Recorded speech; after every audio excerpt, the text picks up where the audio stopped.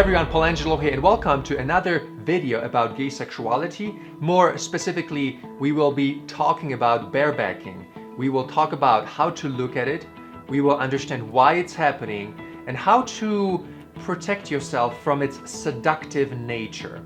That's right, barebacking has a seductive nature. We will talk about why it has that nature and how to look at it so that it does not intercept, does not affect in a negative way your romantic pursuits that relate to legitimate expression of love and relatedness. And sometimes barebacking steps in front of the efforts of creating loving relationships and takes us hostage. We will start this discussion about sex by recognizing a very important difference between women and men. Men, when they look at sex, they look at it through the lens of a world. It's always a world, not just the activity, but it's a world. And when we visualize our sexual activities, we're not just visualizing the actual activity, there are a whole bunch of things happening at the same time. It becomes, in effect, kind of like virtual reality. And we create these worlds in our real life, day-to-day experiences. We idealize things, we are drawn to certain things more than others, and when we create our sexual world, we are adding so much more to it simply because that's how we perceive reality. Men love to dream and fantasize in their careers and also in sex. And barebacking is exactly like a world. It's a different world. The barebacking world operates in different ways, gives you different emotions, gives you different experiences, different fantasies, than a world when you no longer bareback. These are very two different worlds. And understandings will allow you to recognize that we create this fictitious world of barebacking usually when there's something that is missing in our lives. There's something missing, and we try to recreate that missing piece through the world of barebacking. So we create that fictitious world. A deeper understanding of this can begin when you imagine that it's all about energy. That barebacking symbolizes an energy of purity, because there's no more separation, there's no more condoms, so it symbolizes purity. It symbolizes innocence, maybe even certain sensation of being protected, because it's such a close contact. So there's a lot of symbolism that comes from the experience of barebacking that connects us to something that may be missing in our lives. So I know for a fact that when I have really good things happening in my life, when I'm really connected to people, then I crave a different kind of sexual experience. Now, when a lot of those connections are weakened, when I feel completely alone, I also crave a different kind of sexual experience. So with barebacking, it's the same thing. We are craving it. We imagine it's a very pure, innocent, very delicate experience. And it's all a fantasy. We created it. So barebacking then symbolizes closeness, innocence, being taken care of, even though that it's completely irrational. We are adding, we are inventing that meaning simply because of the absence of separation. On another level, if we look at it from a very much more simplistic psychological perspective, it's also used as a process of generating guilt. So because it's risky, yes, because bad things can happen from it, some people unconsciously are drawn to it to shake them up through the presence of risk. So the behavior starts, there is the actual behavior, afterwards there is an emotion of guilt. Oh my gosh, what if I become HIV positive? Oh my gosh, what if I get some kind of disease? And so those negative emotions that come from that guilt shake the person up, and they use that as a catalyst for a shift of behavior in another area of life. So believe it or not, barebacking is used as a catalyst for change of direction in another area of life because the person may feel detached from reality, or because the person is feeling depressed, or something, some powerful emotion has taken the person, and they use the process of barebacking and the risk to shake them off of that emotion into a different emotion, into a different direction. I have found that this is how I used to do it. That I was depressed, or I felt anxious, or I felt disappointed, and then I would bareback, and then I would feel guilty and had remorse and feel disappointed, and then I said to myself, fuck no, I'm not this kind of person, I'm gonna get my shit together. But I couldn't generate that get my shit together state of mind without barebacking first. So sometimes these sexual behaviors are channels to a change in direction of life in a completely different area of life.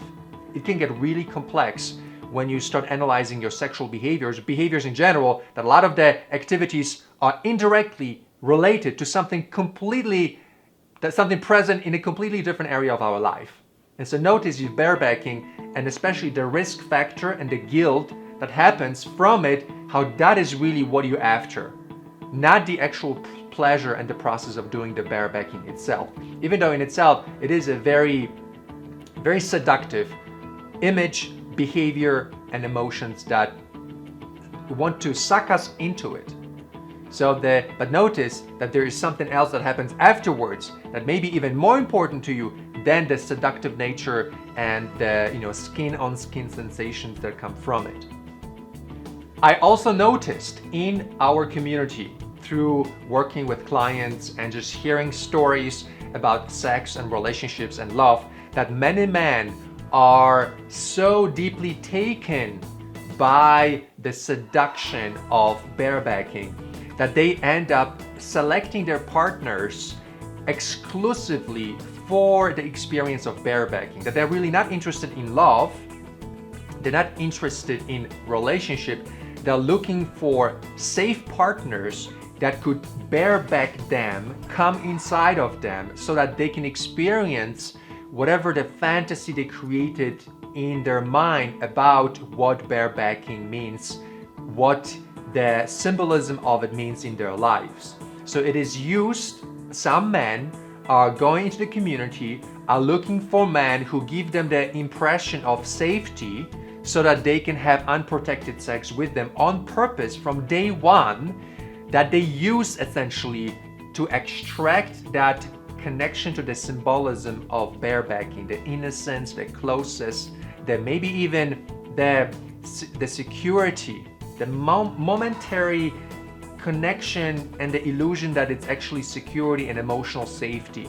That this is all sometimes unconsciously generated at the cost of creating a legitimate connection to another person, where you would not want to bring in risk into the initial contact. You would not want to bring in something as complex as barebacking when you're dating someone.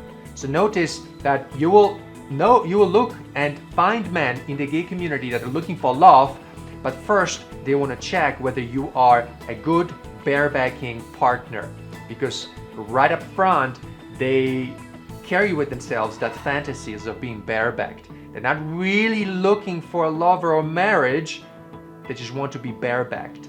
They don't say it that way. They use different words and different images to describe it to themselves. But if you delay the barebacking, if you tell them you won't do it, they are not going to want to spend time with you. That unless you give them the unprotected sex, to them the fantasy is broken, they cannot connect to you. Because on some deep level, they really deeply crave that close connection through the absence of the condom, that close, tight, momentary experience of innocence and being with another person. Sometimes this happens in a split second while someone is in the process of being barebacked. They connect to that when they have their eyes closed, they visualize it, they make it bigger and vivid, and it's like they're in a different world. It's like a different virtual reality. I actually find that whole aspect of sexuality called barebacking quite fascinating, because on some levels that behavior, which is which can lead to death for some men, not immediately, but down the road, something that has a very negative consequence that has somehow in its own some kind of mysterious way showing up a connection to something that is also beautiful, that is something that's also very special, like the symbolism of innocence, the symbolism of a close connection, and emotional safety. So it can be something challenging to work out for some of us. Some people that once they get into barebacking, they can't do any other way. They can no longer feel arousal in any other way. And so that's how, because they have in their minds, there are so many other things that are going on at that time than just the actual state of sexual connection. And again, one of the things that helped me understand sexuality is to recognize that men create these worlds, and that there's a high variation, that this person has so much more going on than that person, and we have to validate those worlds. We cannot simply pretend that they don't exist. They do exist, and some group of men do it in some way, others group of men do it in a slightly different way, but it exists. And if you want to connect to someone, you cannot tell that person to detach from that world. It won't work. You're going to have to enter into that world and somehow massage your way into it through very careful communication. Because if you meet a man who's telling you, this is my world, and in my world I want to bareback, if you tell this person, no, I will never do it, that person will be turned off immediately. So to participate with someone like that, you don't want to say no immediately. You want to allow the person to keep their fantasy, but allow them to get to know you also. So then gradually they're going to shift from the closeness they wanted from the fantasy into the closeness they can experience from you. But you can't force a guy out of his sexual world into your world. You have to build a bridge. You have to build a bridge. And once you learn this lesson, you will understand that sexual compatibility, it's really not a question of rational connection. It's a question of an irrational bridging worlds of sexual meaning that are very subjective, that have no mirror in reality. They are simply invented. They are invented. And it's just how it is. There are amazing benefits of this. This is how men change the world. They use the same visualization and imagery kind of processes with sex. They use that with their careers. They use that with their projects. And it just happens they do the same thing with sex. So you will, by recognizing it, you are going to be way ahead of most people, because you're not going to use logic to explain sex. You cannot use logic to explain sex. And that's why I wanted to talk about barebacking, because it's a perfect example where you are not going to be able to solve it or resolve it with logic. You're going to have to resolve it with symbolism. You're going to have to resolve it with associations. You're going to have to resolve it with understanding that there's risk, and that there are secondary and tertiary emotions that it generates for you, that is like a world in its own way that has many things happening at the same time. And if you can break it down into what happens physically, what happens emotionally, what happens through the lens of a world, the symbolisms of it, you're going to be able to eventually align yourself so that you don't expose yourself to risk, because ultimately barebacking leads to risky behaviors. When I talk about sexuality, I often compare it to energy. Your tissues, your cells, your body has energy that has to be expressed inside of close proximity with another person with touch. And that is a natural developmental need for every human being. Those people that do not get touched, they are underdeveloped in their ability to witness the world and interact with it. And so the more sex that you have, the more emotion you bring to it, the more self-awareness you bring to it, the more you aligning your sex life towards the kind of life that's connected to marriage, to love, and to a container where you can have a relationship. So barebacking and many different variations of the worlds that we create in sexuality, we want to not pretend that it doesn't exist.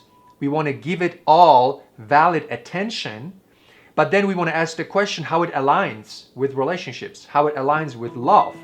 And those gay men that start out in their 20s with sex life, they're not aligned yet.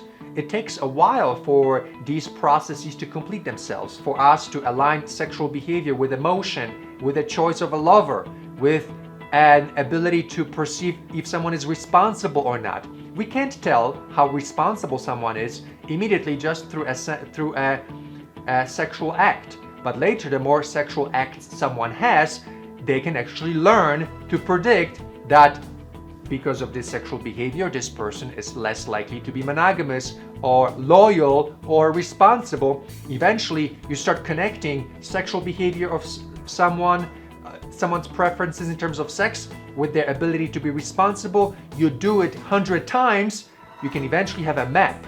You can have a map of the gay world reality. A pattern of sex leads to a pattern of emotion, leads to a pattern of relatedness. And this is why sexual completion and having a lot of sex with a variety of partners gives you that map.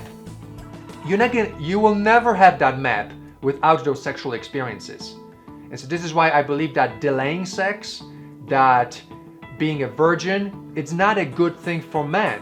It's not. That we have to have our sensory apparatus adjusted and adapted through the sexual experiences often, and good quality experience, and that gives us sophistication in our ability to adjust and align with a behavior that has a chance of producing marriage, sexual behavior that has a chance of producing a legitimate relationship. And with barebacking, the risk factor that's part of it is important, because if you bring it at the beginning in the dating process, it sabotages the relationship because you're bringing unsafe behaviors into the dating process. So that's why this is important to talk about this. You need to resolve barebacking in your life prior to actually being able to date someone and connecting to someone legitimately. When you meet someone up front, you want to do it in a safe way so that you have emotional connection in the space of emotional safety. You don't want the person to be afraid for their life inside of the process of barebacking, even though you told each other that you got tested. Unconsciously, that person will still feel unsafe because it's happening so fast. He doesn't really know you. He doesn't, even though the test shows one thing, that person unconsciously does not trust those tests. So you are more likely to connect to someone if you avoid barebacking up front, if that's something that comes in later in the form of experimentation, as long as you trust each other. But again, that is so subjective that it's all in the space of experimentation, that very rarely barebacking can be a good platform and foundation for a healthy relationship. So I hope you found this information helpful. For more videos like these, please visit my website at paulangelo.com. We have videos that will teach you frameworks, that will teach you about clarity, about planning, about strategy of how to make a marriage work. From the first moment of meeting men, where to meet them, all the way until creating commitment and moving in together and getting married. All of that is provided to you for free on my blog at paulangelo.com. So please check it out. You will avoid a lot of years of mistakes and frustrations. And if you want to accelerate this even faster, even more, if you want to meet men without any frustrations, without challenges, without delays, without all the complications of today's online dating world, then for that, come and join us at the Big Gay Family Social Program. You can get your first round of introductions within the first 7 days.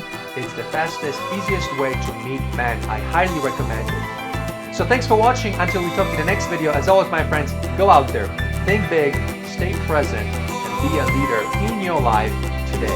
Signing off. Talk to you soon.